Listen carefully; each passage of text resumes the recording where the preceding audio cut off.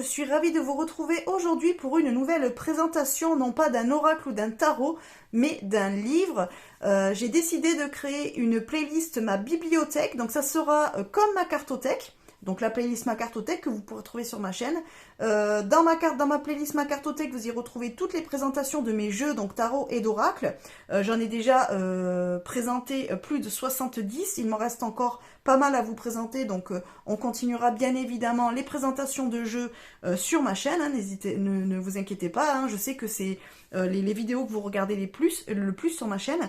Mais là, j'ai décidé de vous présenter aussi la partie bibliothèque, donc c'est-à-dire tous les livres que j'ai sur les arts divinatoires, sur la lithothérapie, la médiumnité, la cartomancie, voilà, le tarot, tout ça.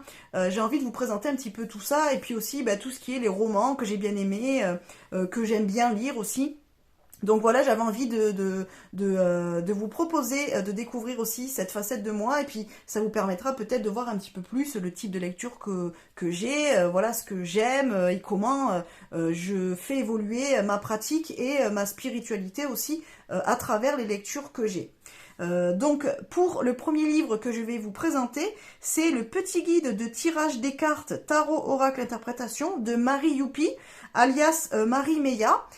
C'est une coach de vie de bien-être qui s'occupe des femmes atypiques, donc qui ont par exemple un TDAH. Elle est sur Instagram, en tout cas moi je l'ai découverte sur Instagram. Voilà, elle est aussi TDAH, et voilà, au fur et à mesure de ses publications, elle nous montre un petit peu son quotidien, et elle explique un petit peu ce que c'est le TDAH et comment on peut vivre avec, comment l'accepter, tout ça. Donc c'est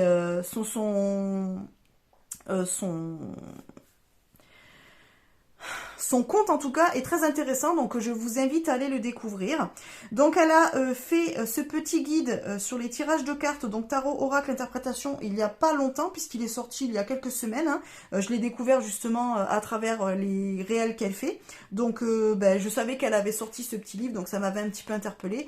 Et comme la semaine dernière j'ai fait une commande Amazon, eh bien j'en ai profité pour le commander. Donc je vais vous le présenter. Alors, il est aux éditions Merci la vie, donc MLL, qui fait partie du groupe Saudi Art Édition. Et il est au prix de 10,95 €, donc franchement, il n'est pas très très cher, il est accessible. Il contient 127 pages. Voilà, donc je vais vous expliquer un petit peu tout ça. Il est très sympa, vous allez voir. Alors, à qui s'adresse ce petit guide? Il s'adresse plutôt aux personnes qui ont envie de découvrir la cartomancie, qui ont envie de débuter la pratique des cartes, des tirages de cartes, mais dans un but de développement personnel, de bien-être, d'évolution personnelle, de connaissance de soi, d'introspection, de journaling, des choses comme ça. C'est pas un guide qui est fait pour les personnes qui ont envie de pratiquer la cartomancie à des buts divinatoires ou prédictifs. Donc déjà, je tiens à le préciser, comme ça permet déjà de voir si c'est plus le type de lecture que vous recherchez ou pas. Il est bien fait, alors il se lit très vite et très facilement. Personnellement, je l'ai lu en 1 heure et demie un soir, je l'ai commencé puis finalement je l'ai terminé, donc il est plutôt sympa. La manière dont il est structuré, il vous permet d'aller piocher les informations qui vous intéressent, pas forcément de le lire de la première page à la dernière page, hein, c'est pas un roman, donc vous pouvez aller un petit peu fouiller par rapport à ce que vous avez besoin sur le moment. Donc il est plutôt bien fait, sincèrement, c'est une bonne découverte, il est plutôt sympa. Donc je le recommande pour les personnes qui ont envie de voilà, peut-être se lancer dans la cartomancie, mais de manière voilà, introspective, développement personnel. Il est sympa, il est bien fait. Voilà, il est agréable. En tout cas, c'est un livre qui est agréable. Il est très joli, vous allez voir, je vais vous montrer quelques pages après. Donc, Marie Meia, donc Marie Youpi, alors à sa page Instagram, comme je vous l'ai dit, son compte Instagram, donc marie.meia. Vous la retrouvez sur YouTube, c'est Marie Youpi, tout attaché, et elle a un compte, elle a un site internet, donc marieyoupi.com. Voilà, si vous voulez retrouver un petit peu ce que cette créatrice fait. Alors, dans le guide, qu'est-ce qu'on y retrouve? Donc déjà, on a une citation de Alejandro Jodorowsky. Se connaître soi-même est l'unique aventure qui vaille d'être tentée. Alors Alejandro Jodorowsky, c'est celui qui a écrit La Voix du tarot. Donc c'est un livre un petit peu bible, un petit peu référence dans le milieu de la tarologie. Voilà, si vous voulez apprendre le tarot, alors c'est plutôt type Marseille. N'hésitez pas parce que voilà, c'est une référence. Toutes les personnes qui ont étudié le tarot sont un petit peu passées par le livre La Voix du tarot. Personnellement, je ne l'ai pas. Je l'ai acheté à une amie qui justement voulait elle étudier le tarot de Marseille. Mais comme je suis plus team Rider-Waite-Smith, je ne l'ai pas dans ma bibliothèque. Mais bon, peut-être qu'un jour je l'aurai, hein, ne serait-ce que juste pour l'avoir en référence, puisque c'est quand même voilà, un livre qui est très connu et que normalement on lit au moins une fois pour savoir la manière de voir le tarot de Jodorowsky, quoi. Bon, c'est une manière, enfin c'est une pratique plus introspective, psychologique, hein, du tarot. Donc voilà un petit peu pour la citation, donc ça donne déjà un petit peu le ton de elle, comment elle a, je pense, connu le tarot et étudié le tarot. Donc après dans le sommaire, donc on retrouve la partie introduction. On a une partie 1, histoire de la cartomancie. On a une partie 2 sur les arcanes du tarot de Marseille. Donc on retombe encore sur le tarot de Marseille. Je pense que certainement elle utilise plus ce tarot de Marseille, ou tout au moins elle aime bien ce type-là de tarot, je pense. Et ensuite on a une partie 3, apprendre à tirer les cartes. Voilà. Donc, dans l'introduction, on y retrouve qu'est-ce que la cartomancie, qui peut avoir recours à cette pratique, peut-on prédire l'avenir en tirant les cartes. Donc, vous allez voir, le livre est très illustré, il est en couleur déjà, c'est chouette, et il y a beaucoup d'illustrations photos avec des cartes, des jeux, vraiment le livre est très très beau. Franchement, niveau visuel, c'est un très joli livre, je le trouve très beau, très attractif, il est agréable à feuilleter, il est agréable à lire. Les textes, ils sont bien écrits, ils sont simples, ils sont faciles d'accès, et même si c'est le premier livre de cartomancie que vous lisez, franchement, il est facile de compréhension. Donc je le recommande, hein, surtout si vous êtes vraiment débutant en cartomancie. Et si vous ne l'êtes pas, personnellement je suis pas débutante, et simplement pour avoir un autre point de vue, une manière de faire, autre et tout ça, et puis pour avoir des tips que peut-être on connaît pas, eh bien je le trouve intéressant. Il est bien fait, franchement il est vraiment sympa. Donc voilà pour l'introduction. Donc là on a une quête du bonheur. Donc je vous lis pas tout, hein, vous découvrirez. Donc après on arrive dans la partie 1. J'aime bien le fait d'avoir cette double page avec ce tarot de Marseille là, très coloré. Il est très joli son jeu. Voilà, donc au niveau de l'histoire de la cartomancie, donc on y retrouve une partie là où tout a commencé. Voilà, avec la naissance du tarot de Marseille, par exemple, voilà, comment on est passé d'utiliser les cartes pour jouer à utiliser les cartes pour prédire l'avenir. Ensuite, on a quelle utilité au tirage des cartes. Donc voilà, conserver notre pouvoir intérieur, petite anecdote, voilà, donc elle nous parle un petit peu des cartes, voilà, l'intérêt de faire des tirages. Avec toujours des jolies illustrations photos. Et ensuite, on a une partie oracle tarot, quel jeu choisir. Donc là, elle explique la différence entre les cartes à jouer, les oracles et les tarots. Alors, seul petit point où je n'adhère pas vraiment à la façon dont c'est expliqué dans le livre. Alors, elle explique hein, voilà, la structure des jeux. Et voilà, elle explique les différences qu'il y a entre tous. Le seule chose que je n'aime pas trop, c'est quand elle dit, si vous souhaitez un tarot de Marseille, le plus facile à utiliser est le jeu type Rider-Waite-Smith. Quand j'ai lu ça, ça m'a un petit peu tiqué. Pour moi, vous avez le tarot de Marseille, donc qui est quand même un des premiers, enfin, c'est pas le tout premier tarot, mais ça va dire celui qui a pris le plus d'ampleur et qui a pris le plus de place, qui est le plus connu.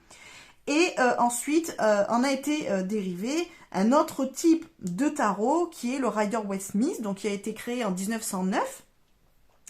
Et donc qui est beaucoup quand même plus récent que le tarot de Marseille.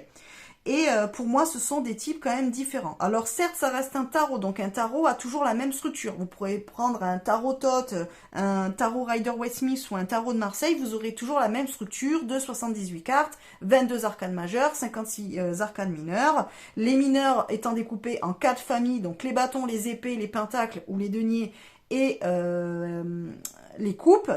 Et ensuite, dans ces mineurs, vous aurez la carte de l'As au 10 et après les 4 figures de cour qui sont le valet ou le page, le cavalier ou le chevalier et la reine et le roi.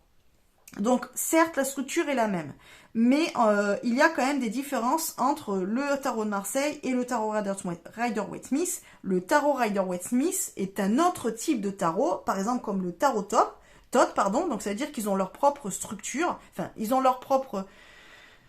pas structure puisqu'ils sont structurés comme le tarot de Marseille, mais ils ont leur propre approche du tarot, on va dire, plutôt avec leur propre imagerie et avec leurs propres symboles aussi, puisqu'il y a des symboles que vous avez dans le Marseille que vous ne retrouvez pas dans le Rider-Waite-Smith et que vous n'avez pas dans le Todd non plus, par exemple.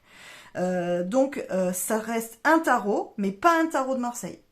Voilà, le Rider-Waite-Smith n'est pas un tarot de Marseille, c'est un tarot, un autre type de tarot. Donc c'est là où moi je tique un tout petit peu, alors je suis un petit peu pénible, mais voilà, moi ça me dérange en fait qu'on dise que le tarot de Marseille, que le Rider-Waite-Smith c'est un tarot de Marseille. Non, ce n'est pas un tarot de Marseille. Pour moi, après, voilà, peut-être dites-moi en commentaire si vous, ça ne vous choque pas ou autre, mais en tout cas, moi, je fais la différence en tout cas. D'ailleurs, vous avez des interprétations qui vont être pour le tarot de Marseille et qui risquent, enfin sur une carte, vous pouvez avoir une interprétation, une signification pour une carte, donc surtout sur les mineurs, qui risque d'être un petit peu différente pour le Rider-Waite-Smith par exemple. Donc il y a quand même des différences, même si sur les grandes lignes, chaque carte, on retrouve un petit peu les mêmes mots-clés pour les deux, mais il y a quand même des différences. Ne serait-ce que, voilà, en termes d'interprétation, vous n'allez pas forcément interpréter pareil avec un tarot de Marseille et un Rider-Waite-Smith. Même si, oui, en majorité et sur le fond, on est, on va dire, sur la même chose, mais ce n'est pas pareil. Voilà, ce sont deux types de tarots différents. Voilà, j'avais juste ça à dire. Donc, elle explique ça. Ensuite, donc, vous avez la partie 2 avec les arcanes du tarot de Marseille. Donc là, elle explique ce que sont les arcanes majeurs.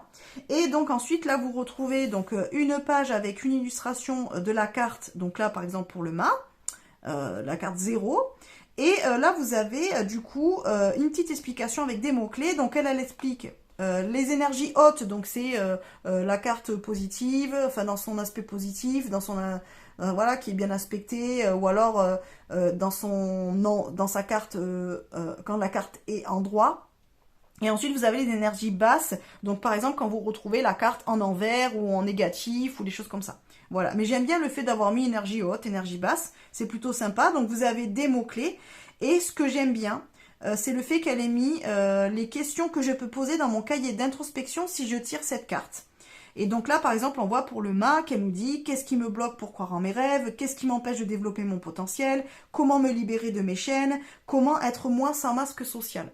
Alors j'aime bien cette partie-là, le fait d'avoir associé des questions à chaque arcane majeur du tarot. Ça peut vous permettre du coup d'aborder plus facilement les arcanes majeurs de manière introspective et pour faire du journaling, ce qu'elle vous dit d'ailleurs dans le livre qui est une de ses pratiques, de journaler, donc pour faire de l'introspection avec les cartes. C'est super bien, je trouve que ça donne déjà de bonnes bases. Donc ça, on le retrouve de plus en plus dans de plus en plus de manuels, je vois.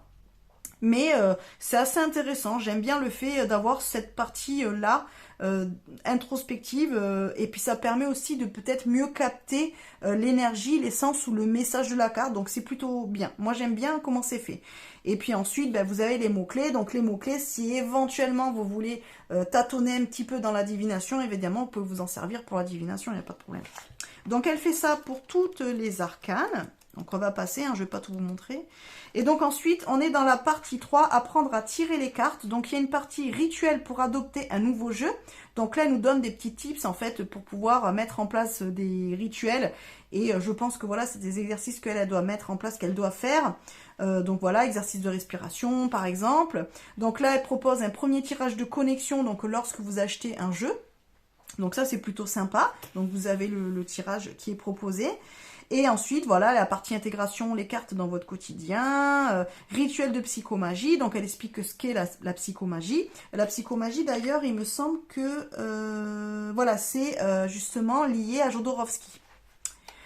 Et après, on a une partie comment poser les bonnes questions. Alors ça, c'est intéressant. Voilà, par exemple, les questions ouvertes et les questions fermées. C'est sympa d'avoir ça puisque souvent, quand on débute en cartomancie, on pose mal nos questions et donc on ne comprend pas nos tirages. On a du mal à interpréter et ça ne vient pas du fait qu'on ne connaisse pas les cartes, ça vient surtout du fait qu'on pose mal la question et donc forcément, ben, la réponse est floue. Et donc là, d'avoir fait ça pour expliquer comment bien poser les questions, ça pourra vous aider justement à mieux comprendre vos tirages et à mieux comprendre les cartes qui tomberont. Donc franchement, c'est une partie intéressante. C'est très bien expliqué, c'est chouette. Ensuite, on a comment comprendre les messages des cartes. Donc voilà, savoir écouter son cœur, décrypter l'environnement, analyser le mouvement, remarquer la direction. Donc voilà, ça c'est comment bien lire vos cartes, comment dire, les observer. Voilà. Donc ensuite, là, elle parle que dans les cartes, on retrouve souvent les symboles. Donc par exemple, quand on a le soleil, ben, c'est réconfort, positivité, voilà, tout ça. Ensuite, il y a une partie avec les couleurs. Donc c'est plutôt pas mal aussi. Et ensuite, on a la partie numérologie, donc avec les chiffres. Donc 1, par exemple, le chiffre 1, les mots-clés, commencement, graines plantées, naissance. Et ça, vous pouvez vous en servir aussi pour faire vos interprétations dans vos tirages, en fait. Que ce soit avec des oracles ou avec le tarot. Puisque, bon, le tarot, en général, il est... voilà, vous avez les numéros. Et dans les oracles, vous en avez avec ou sans numéro, mais en général, les cartes sont numérotées quand même dans les oracles. Donc si vous avez un oracle sans numéro, ben, vous n'utilisez pas cette partie-là. Si vous avez un oracle avec les cartes numérotées, vous pouvez utiliser la partie comprendre les chiffres. Ça donne des petites indications, donc c'est plutôt sympa. Voilà, et ensuite, donc, on arrive à comment tirer les cartes. Donc là, elle nous explique, par exemple, créer son propre carnet d'interprétation. Donc ça, c'est avoir son carnet, voilà, pour journaler avec son tarot. Voilà. Ensuite, vous avez comment utiliser, enfin, pour utiliser le tirage des cartes comme outil de connaissance de soi, utiliser le tirage des cartes pour la divination. Donc, il y a quand même une petite partie divination, même si je pense que c'est pas ce qu'elle utilise le plus. Enfin, elle le pratique pas, en tout cas, je pense pas, on peut. Lire les cartes à l'envers. Donc, ça, c'est si vous voulez lire les cartes endroit envers. Avec quelle main, donc voilà.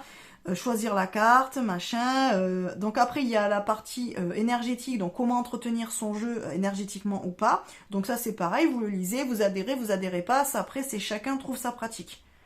Et ensuite, vous avez des exemples de tirages qui sont sympas. Hein, ils sont voilà, ils sont faciles à comprendre, ils sont pas trop gros. Voilà, c'est des tirages de 5-6 cartes max. Et franchement, pour débuter, c'est très très bien.